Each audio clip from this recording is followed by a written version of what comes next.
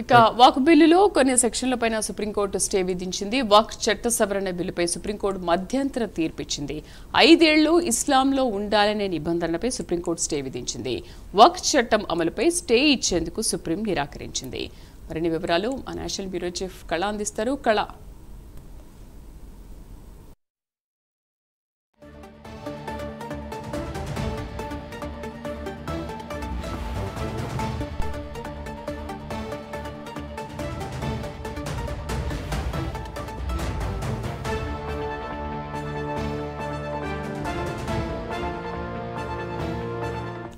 Walk బిల్లులో కొన్ని సెక్షన్లపై supreme court stay విధించింది. వాక్ చట్ట సవరణ బిల్లుపై సుప్రీంకోర్టు మధ్యంతర తీర్పిచ్చింది. 5 ఏళ్లు ఇస్లాంలో ఉండాలనే నిబంధనపై సుప్రీంకోర్టు స్టే విధించింది. వాక్ చట్టం అమలుపై స్టే ఇచ్చేందుకు సుప్రీం నిరాకరించింది.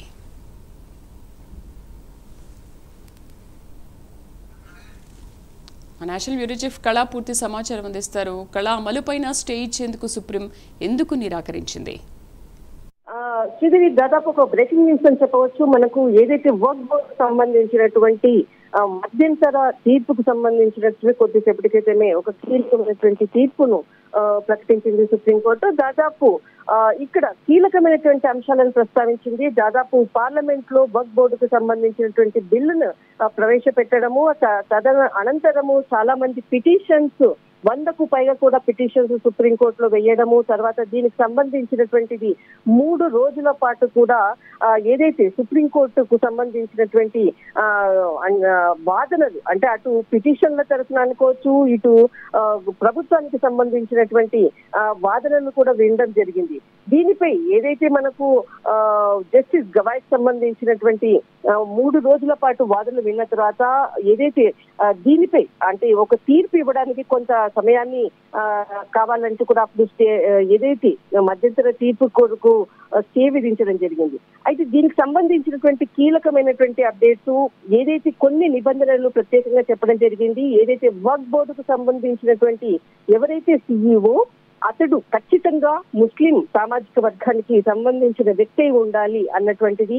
తర్వాత ఇందులో ఏదైతే 11 మంది వర్క్ బోర్డులో చాలా కీలకంగా 11 మంది ఉంటారో అందులో 3 కంటే కూడా ఎక్కువగా ముస్లిమేతరులు ఉండరాదు. అంటే దీనిపై మనకు ఇతర మతానికి సంబంధించిన వాళ్ళు కూడా ఈ వర్క్ బోర్డులో ఉండాలి అన్నటువంటి ఏదైతే ప్రభుత్వము తీసుకున్నటువంటి నిర్ణయానికి మాత్రం దీనిపై పిటిషన్స్ చాలా దీనికి అబ్జెక్ట్ చేస్తూ కూడా పిటిషన్స్ వేయడం జరిగింది. దీనిపై కూడా ప్రధాన అంశంగా కూడా దాదాపు 11 మందిలో కేవలం 3 మాత్రము, 3 కంటే కూడా ఎక్కువగా ముస్లిమేతరులు ఉండరాదు అన్నటువంటి అంశాన్ని కూడా ఇక్కడ చాలా కీలకంగా ఈ రోజు ఉత్తర్వులో ప్రకటించింది. తర్వాత రాష్ట్ర బోర్డులో ఏదైతే రాష్ట్రానికి సంబంధించినటువంటి వర్క్ బోర్డులో కూడా 3కు మించి కూడా ఎవరు కూడా ముస్లింస్ అంటే ఇతర మతానికి సంబంధించిన వాళ్ళు ఎక్కువగా ఉండరాదు, అనుమతించబరాదు అంటూ కూడా చెప్పడం జరిగింది. అయితే 5 సంవత్సరాలు ఖచ్చితంగా ఏదైతే 5 years వర్క్ సవరణకు సంబంధించినటువంటిది వ్యక్తులు ముస్లిం సామాజిక వర్గానికి చెందిన వాళ్ళే ఖచ్చితంగా ఉండాలి అంటూ కూడా కీలకమైనటువంటి అంశాలను కొద్ది సెకండ్ల క్రితమే సుప్రీంకోర్టు కీలకమైనటువంటి ఉత్తర్వులు జారీ చేసింది. దీనిపై ఈ రోజు ఢిల్లీ వేదిక కూడా ఇక్కడ ముస్లిం సంబంధించినటువంటి నాయకులు కూడా సమావేశాలు జరుపుతున్నట్లు కూడా సమాచారం అందుతూ ఉంది. దాదాపు అంటే గత కొన్ని రోజుల నుంచి కూడా వర్క్ బోర్డుపై పలు దఫాలుగా కూడా సమావేశాలు జరుపుతున్నారు.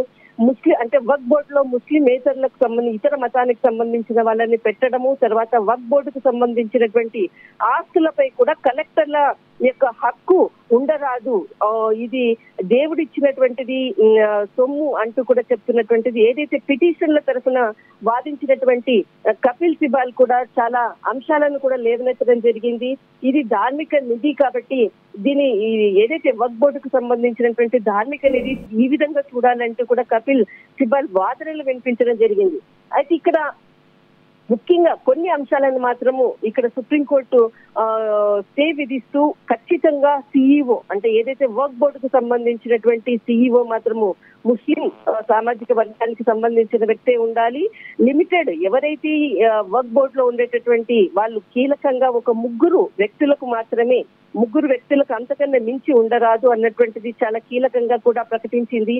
తర్వాత ఆస్తులపై కలెక్టర్లకు ఆ 11 మందిలో ముస్లిమేతరులు ముగ్గురు ఉండాలి అనే నిబంధనకి వీళ్ళకి ఒప్పుకున్నారా?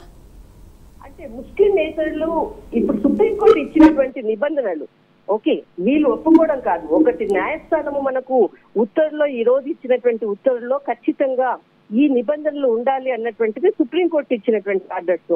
ఇక్కడ ముస్లింస్ తర్వాత ఇతర మతస్థులు ఒప్పుకోవడం అన్నది ఇక్కడ ఏది ఉండదు. ఒకటి న్యాయస్థానం నుంచి ఉత్తర్వులు వెలువడిన తర్వాత దాన్ని ఖచ్చితంగా శుచా తప్పకుండా మనం పాటించాల్సినటువంటి విషయము. ఈ అంశాన్ని సుప్రీంకోర్టు ప్రకటించడం జరిగింది. ఏదైతే కీలకమైనటువంటి తీర్పుల్లో ఈ అంశాలను స్పష్టంగా చెప్పడం జరిగింది. అయితే దీనికి సంబంధించినటువంటి ఏదైతే వాళ్ళు ఒప్పుకున్నారా అన్నటువంటి ఏదైతే ప్రశ్న ఉందో దానికి కొద్దిసేపటి తర్వాత కూడా ముస్లిం సంఘాలు కూడా ఖచ్చితంగా దీనిపై సమావేశాన్ని నిర్వహిస్తున్నాయి. దీనిపై ఒక స్పష్టమైనటువంటి మరి ఏ విధమైనటువంటి డెసిషన్ ముందుకు ఏమైనా తీసుకోబోతున్నారా అన్నది మాత్రం ఒక క్లారిటీ వచ్చే అంశం అని చెప్పవచ్చు. థ్యాంక్ యూ కళ.